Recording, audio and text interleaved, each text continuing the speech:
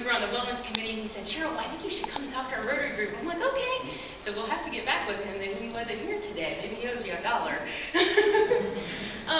This is just one of those topics that's heavy. I'm going to just put it right out there. It's a heavy topic, but it's a very important topic. It's a topic that impacts our business community. My role is working with the businesses in the community. We provide training, we provide resources and educational materials. We do this at no cost. We have one big fundraiser called the New Albany Classic.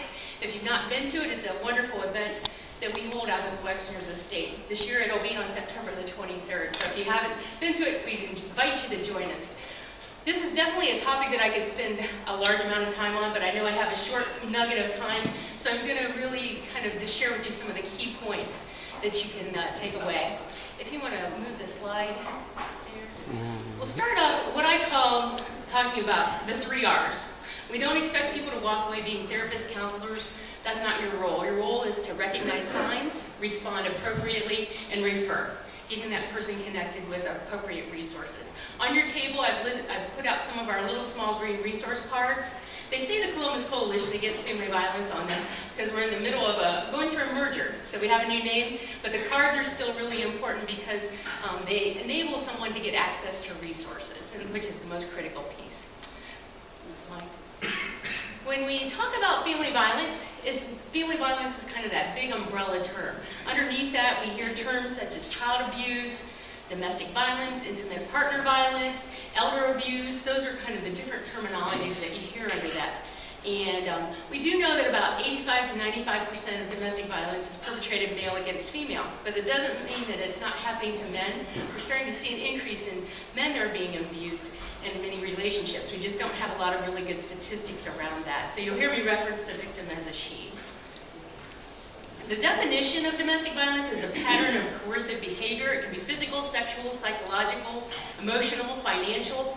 A lot of times we just think, gosh, if it's only sexual and physical, that's not abuse. But there's financial abuse, there's the verbal abuse, that mental abuse, and it's with an intimate relationship. So it's someone that the person knows. It can be married couple, same-sex couple, fathers to sons.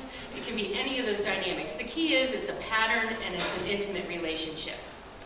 There's lots of myths and truths. One myth is that the victims are these poor, uneducated women that come with weak personalities and very dependent, and the perpetrators are these big, ugly, scary men with substance abuse issues. The bottom line is abuse can happen to anybody. I'll say it one more time. Abuse can happen to anyone. It doesn't matter what your economic income is, what your job title is, where you work, any of those.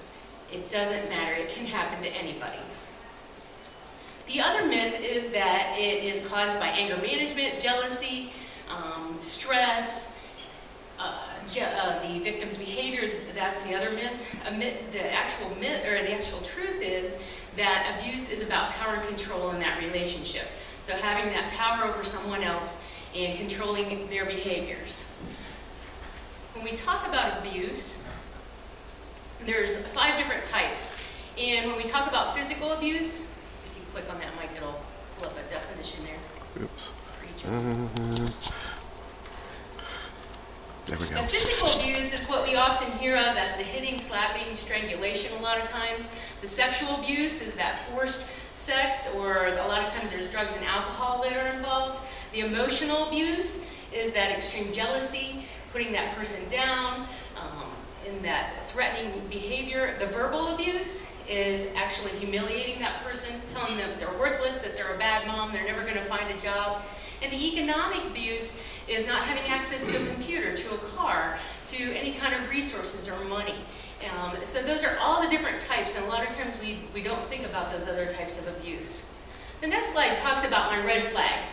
I always say there's important things that you can look for. These red flags can be adapted to anything, any situation. It can be a family member, your kids, in a relationship that you might be in.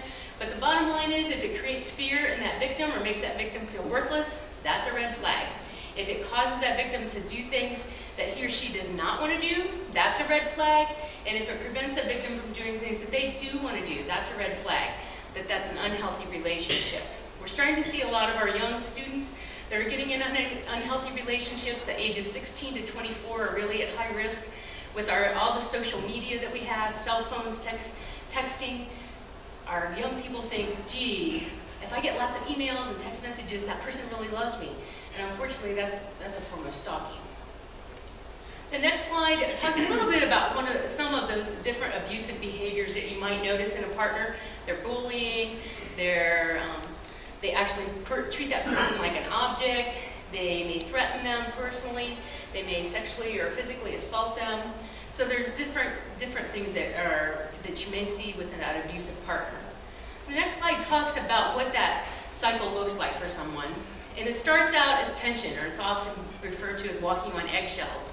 Then it evolves into the abusive relationship, where it's the yelling, the screaming, the hitting, whatever that type of abuse happens in that family.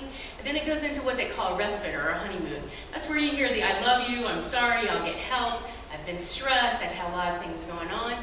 But eventually what happens is tension, abuse, and then we hear it on the news or in the media about the murder-suicide, someone being murdered, somebody being killed after they've disclosed, oh, I'm going to get a divorce. That's when that person decides to leave that relationship, that's when they're at the highest risk for being murdered or killed for victims. And the key is to listen to that victim. They know their situation the best. They know what they need to do, and our role is really helping support and provide resources for them. Some different